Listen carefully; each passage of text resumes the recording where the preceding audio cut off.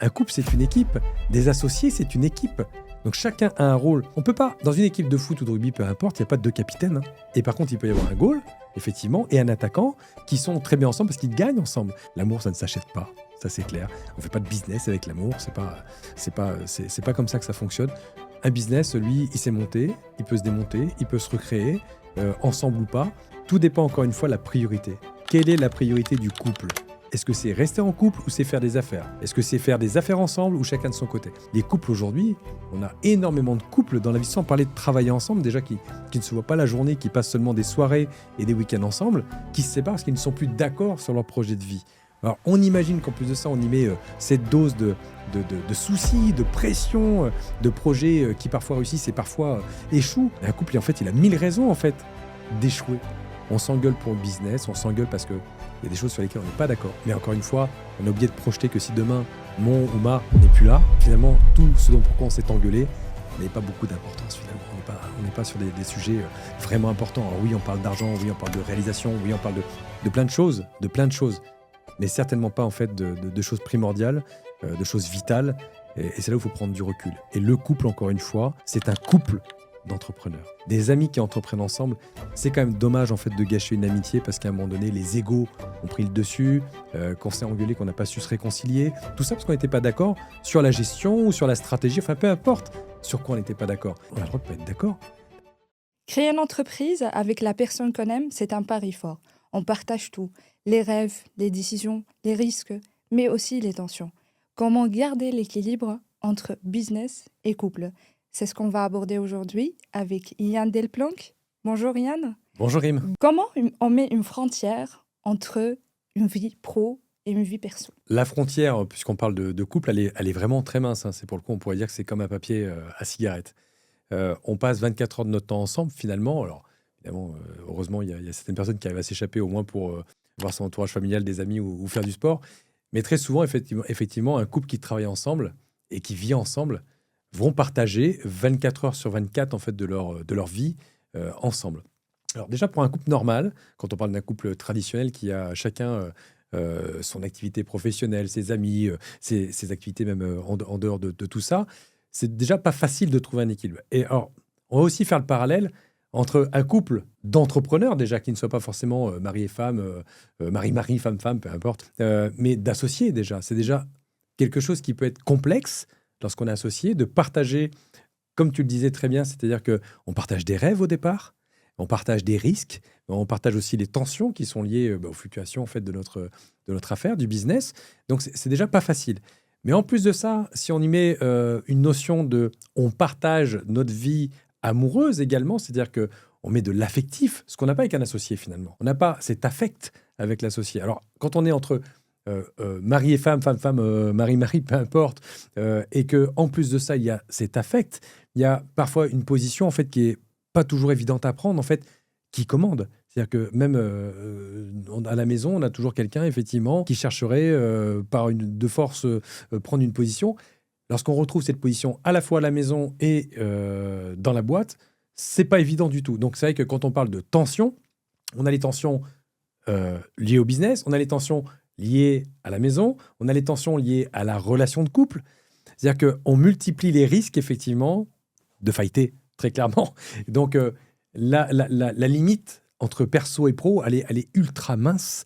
Et c'est là, en fait, toute l'importance en fait, de gérer ça d'une façon claire et solide pour justement ne pas exploser à la fois à la maison et au travail, voire tout en même temps, lorsqu'on est en couple dans les affaires. Est-ce qu'un couple entrepreneur, des associés, des dirigeants, deux capitaines dans le même bateau peuvent décrocher ou est-ce que le business devient un troisième partenaire dans la relation ? Il y a de très belles associations, heureusement, même si parfois, malheureusement, on entend ces histoires d'associés qui se séparent, comme un couple d'ailleurs, qui pourrait se séparer, puisque à un moment donné, on n'a plus forcément les mêmes objectifs, on n'a plus les mêmes envies. Bref, on ne partage plus le même chemin, donc on se sépare. Okay ? Les affaires, c'est un peu, encore une fois, je dirais assez particulier lorsqu'on fait du business ensemble. C'est qu'en plus d'avoir un objectif commun et selon la répartition aussi, puisque on n'est pas tous à 50% chacun quand on est associé. Et puis parfois, il y a 2, il y a 3, il y a 4, il y a 5 associés. C'est-à-dire que tout le monde a une part du gâteau, mais il y a toujours un quelque part qui est soit le gérant, par exemple, de la structure ou celui qui a le plus de parts sociales, qui est le chef et qui peut avoir des objectifs à terme qui soient différents de ceux qui sont rentrés au début comme actionnaires. Donc, on a vraiment cette complexité au niveau de la répartition des associés, quelque part. Et si on n'a pas gardé le même cap, si on n'a pas la même voie, effectivement, alors vaut mieux aller sur une séparation plutôt que de fondre quelque part le business. Mais très souvent, on voit des affaires qui explosent et des couples qui explosent dans le même temps parce qu'on n'a plus le même objectif à un moment donné. Et si parfois on a perdu notre chemin à deux, est-ce qu'il faut lâcher prise ou bien la solution c'est de lâcher prise ou bien il faut tout cadrer? Alors, je pense que lâcher prise, tu vois, c'est quelque chose qui intervient bien avant, justement, pour éviter les problèmes. Lâcher prise, ça intervient dans le sens où on n'a pas forcément d'attente par rapport à l'autre, puisque on sait quel rôle, en fait, on occupe dans cette entreprise. On sait quel rôle on occupe dans le couple. Donc, je dirais que alors ça, c'est un sujet qui est profond, finalement.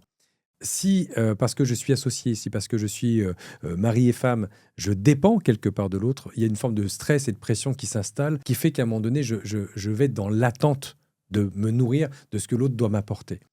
Ça, on le retrouve dans les couples en général, hein. Enfin, tu le sais, je suis aussi thérapeute de couple et c'est vrai que cette forme de dépendance à l'autre, c'est pas OK. L'interdépendance, elle est OK. C'est-à-dire que lorsque j'interdépends d'une relation ou j'interdépends d'une association, quand on parle d'associé ou de couple associé, effectivement, la seule attente, elle est de construire ensemble quelque chose. Et dès lors que cette chose-là n'est plus constructible ou n'est plus faisable, on se sépare et chacun prend son chemin et personne n'en veut à personne. Mais dès lors qu'il y a de l'attente par rapport à l'autre, parce que je ne suis pas capable par moi-même quelque part d'avoir ma propre position dans ma vie, j'attends de l'autre parce que je n'ai pas suffisamment confiance en moi quelque part pour faire par moi-même. Et on voit beaucoup de couples qui sont associés parce qu'il y en a un des deux qui n'est pas capable à la base de faire par lui-même ce qu'il fait avec l'autre quand ils montent leur affaire ensemble. Et ça où ça devient problématique, c'est que finalement, quel est le réel chemin que chacun voulait prendre au départ? Est-ce que c'est encore un chemin commun? Et où est-ce que je vais aller si l'autre ne me donne plus ce que j'attendais de lui dans cette entreprise, dans tous les sens du terme? Donc c'est important en fait que chacun ait une place précise, que ce soit dans un couple, encore une fois, dans un couple d'entrepreneurs ou d'associés, pour justement ne pas se perdre dans l'ambition et le chemin qu'on choisit ensemble au départ, qui, encore une fois, peut se modifier en cours de route puisque on perd la motivation, l'envie ou tout simplement le but premier de cette association initiale. Comment redonner une bonne place à la vie intime quand tout tourne autour du projet, autour Alors, du business? oui, je comprends. Alors là, c'est faire la part des choses. C'est-à-dire que faire la part des choses. C'est très important de couper. Mais comme, alors je te dirais, sans parler de couple, d'entrepreneur, un entrepreneur qui ramène chez lui, effectivement, sa sacoche pleine de problèmes en fait, du quotidien par rapport à sa boîte, etc., on sait déjà qu'un entrepreneur, en fait, il est préoccupé quelque part 24 sur 24. C'est-à-dire que différemment d'un salarié qui, lui, finit ses heures de travail et finalement n'a pas d'autre chose à fournir pour toucher son salaire, un entrepreneur, c'est pas ça. C'est-à-dire qu'un entrepreneur a cette tendance à rentrer à la maison avec ses problèmes, à passer des nuits à cogiter, à passer des week-ends à cogiter, à être en vacances et à être sur son téléphone ou sur son ordinateur parce que la boîte, elle continue à tourner et il en dépend directement. J'ai la bonne posture, encore une fois, que ce soit pour un entrepreneur en solo ou un entrepreneur qui est en couple avec son conjoint ou sa conjointe, c'est justement de mettre en place en fait de vraies règles. C'est-à-dire que, bien sûr, c'est difficile de rentrer à la maison et de ne pas parler de ce qui s'est passé la journée. Mais quand on est déjà ensemble dans le même bateau, qu'on a déjà subi la même tempête dans la journée, je pense que l'un et l'autre, en fait, a besoin de se décharger. Alors, quand on rentre à la maison, qu'on est un entrepreneur et qu'on retrouve sa femme ou son mari qui nous montre comment s'est passée la journée et qu'on peut se décharger en disant « Ouais, aujourd'hui, c'était pas facile, il m'est arrivé telle et telle chose, machin, etc. » Oh, ben, t'inquiète pas, parce que finalement, l'autre n'a peut-être pas eu de problème ce jour-là. Donc, il est capable d'apporter une forme de soutien. Mais quand les deux sont dans la même galère quelque part, parce qu'on parle de... Les tensions, elles arrivent non pas dans les moments de réussite, quoique des fois, ça arrive pour des questions financières, où on veut toujours plus, mais elles arrivent parce qu'il y a des difficultés et que finalement, où est-ce qu'on trouve sa ressource? Un couple, à la base, ce sont deux personnes qui se soutiennent. D'accord? Mais quand les deux personnes sont en souffrance, qui soutient qui? C'est très compliqué de prendre ce recul qui est pourtant nécessaire en fait à un couple, lorsque je rentre à la maison, de passer à autre chose, de justement retrouver notre temple, d'arriver à parler d'autre chose. C'est très difficile, parce qu'on a deux entrepreneurs qui traînent 24 sur 24. Mais si on pouvait voir les choses autrement, un couple aujourd'hui d'entrepreneurs, la force d'un couple d'entrepreneurs, c'est pouvoir aussi se partager la charge. C'est-à-dire que plutôt que de prendre la charge des 100% et de les porter tous les deux, on peut aussi diviser la charge pour que justement il y en ait un qui soit plus sauvegardé que l'autre et permettre un équilibre dans le couple. On est encore dans la répartition des rôles. Comme entre associés, c'est exactement la même chose. Qui fait quoi? Justement pour que le jour où le bateau prend l'eau, que les deux ne soient pas dans la cale, qu'il y en ait encore un sur le pont et un dans la cale par exemple, et au cas où il y en a au moins un qui sauve le bateau. L'idée c'est ça. Et dans un couple aujourd'hui, pour répondre à ta question, c'est qu'est-ce qu'il faut mettre en place? C'est effectivement des règles. D'abord sur la position de chacun, sur le rôle que chacun doit occuper, et surtout de sauvegarder absolument ce temple en fait qui nous permet de respirer en dehors du business. Il faudra juste rappeler qu'on parle que de business. Le jour, effectivement, il y en a un qui tombe gravement malade et qui se retrouve à l'hosto pendant 6 mois ou 1 an, on n'a plus du tout les mêmes problèmes, mais là, bizarrement, le business passe après. Donc c'est important de prioriser, si on parle d'amour, quelque part, de prioriser ce qui est important, la relation amoureuse, puisque l'amour, ça ne s'achète pas. Ça, c'est clair. On ne fait pas de business avec l'amour. C'est pas comme ça que ça fonctionne. Un business, lui, il s'est monté, il peut se démonter, il peut se recréer, ensemble ou pas. Tout dépend, encore une fois, de la priorité. Quelle est la priorité du couple? Est-ce que c'est rester en couple ou c'est faire des affaires? Est-ce que c'est faire des affaires ensemble ou chacun de son côté? Et parfois, plutôt que d'insister lorsque il y a vraiment des conflits au sein du couple à cause du business, il vaut mieux se séparer dans le business et rester en couple. Bon, après, peut-être que certains préféreront se séparer tout court, et ça, c'est encore une autre histoire. Mais tout dépend, encore une fois, ce qui est important pour soi. Est-ce que c'est le couple ou est-ce que c'est le business? Encore une fois, un couple, ça ne s'achète pas. L'amour ne s'achète pas. Et lorsqu'il y a des dommages, autant dans une entreprise, finalement, on pourrait retrouver des problèmes de trésorerie à un moment donné, une baisse de chiffre d'affaires, enfin, bref, des choses qui se défont et qui peuvent se refaire. Un couple qui s'abîme, alors oui, un couple qui s'abîme, ça peut se réparer, évidemment. Mais attention, quand on commence à toucher à ce joli vase qu'est le couple, on a beau le réparer comme on veut, il restera toujours les failles, il restera toujours les stigmates quelque part de nos batailles. C'est plus pareil. Donc, à voir effectivement quelle importance en fait a le couple dans les affaires, et non pas quelle importance ont les affaires dans le Bien sûr. couple. Ouais, c'est mon point de vue en tout cas. Et quand les visions divergent, qu'est-ce qui prime, la relation ou la stratégie? Alors, comme dans un couple, on peut avoir deux visions complètement différentes, hein. Le désaccord dans un couple, c'est OK. Ce qui n'est pas OK, c'est justement les disputes qui seraient dommageables quelque part pour la santé du couple. Alors moi, j'ai un mode d'emploi pour les disputes. J'aime beaucoup en thérapie, effectivement, de l'apporter, ce mode d'emploi. Il y a 3 règles fondamentales, en fait, pour une bonne dispute. Ce que je rappellerais juste qu'un couple qui se dispute, c'est un couple qui est en bonne santé, hein. C'est-à-dire que si on arrive à s'affoler un petit peu, c'est parce qu'on tient l'un à l'autre et que dans cet agitement, dans cette peur, quelque part, on arrive à s'agacer. Et pour parler de ces 3 règles, justement, d'un couple qui s'engueule bien, premièrement, pas de violence.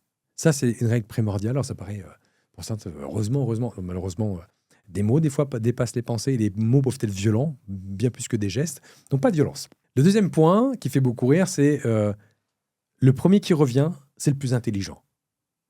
Alors là, on touche forcément un petit peu à l'ego. Le premier qui revient, qui va s'excuser, même s'il n'est pas totalement responsable. Enfin, on rappellera quand même qu'il faut être 2 pour danser une valse et que dans un couple, malheureusement, il n'y en a pas un qui est responsable et l'autre qui n'a rien fait.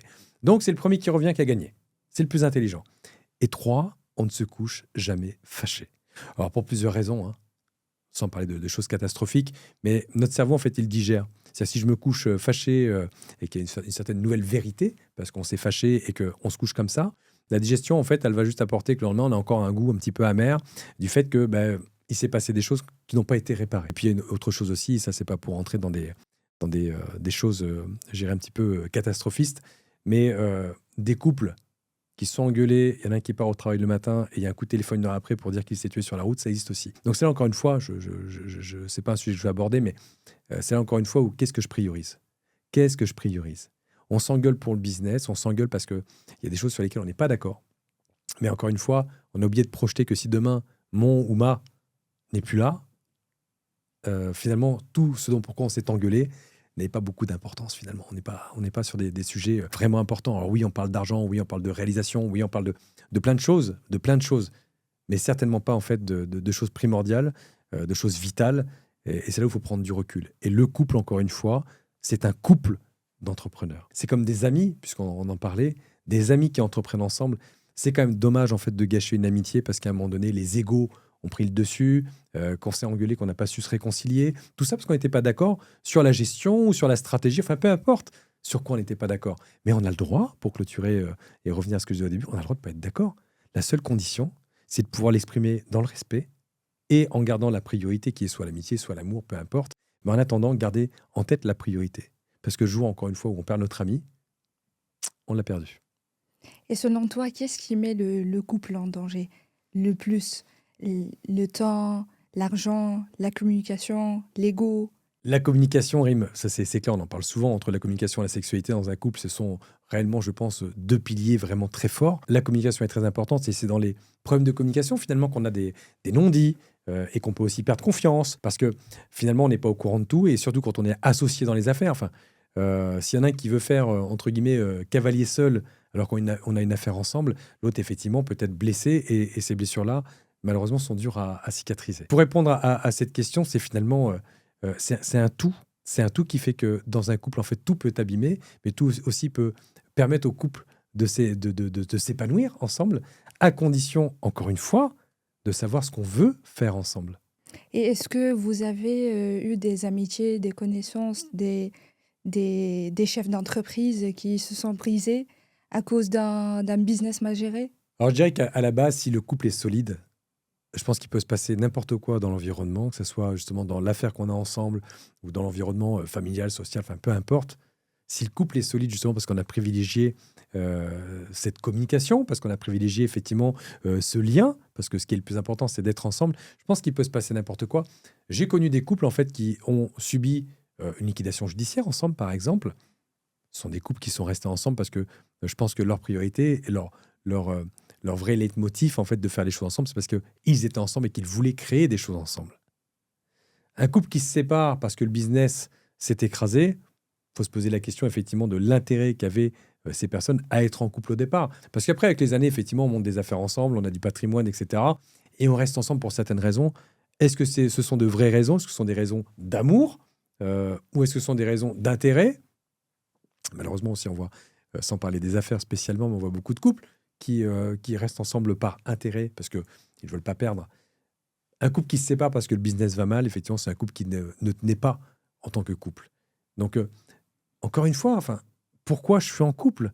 C'est-à-dire que pourquoi je reste avec cette personne? Pourquoi est-ce qu'on fait des choses ensemble? Les vraies questions, elles se posent. Et lorsqu'il y a un problème, si on sait vraiment ce qu'on fait ensemble et vers où on va ensemble, si on marche sur le même chemin, encore une fois, main dans la main, peu importe les problèmes qui peuvent surgir, peu importe, on en discute. Et c'est là où c'est important, encore une fois, de savoir pourquoi on fait les choses et comment on fait les choses si on doit les faire ensemble. Le fameux pourquoi.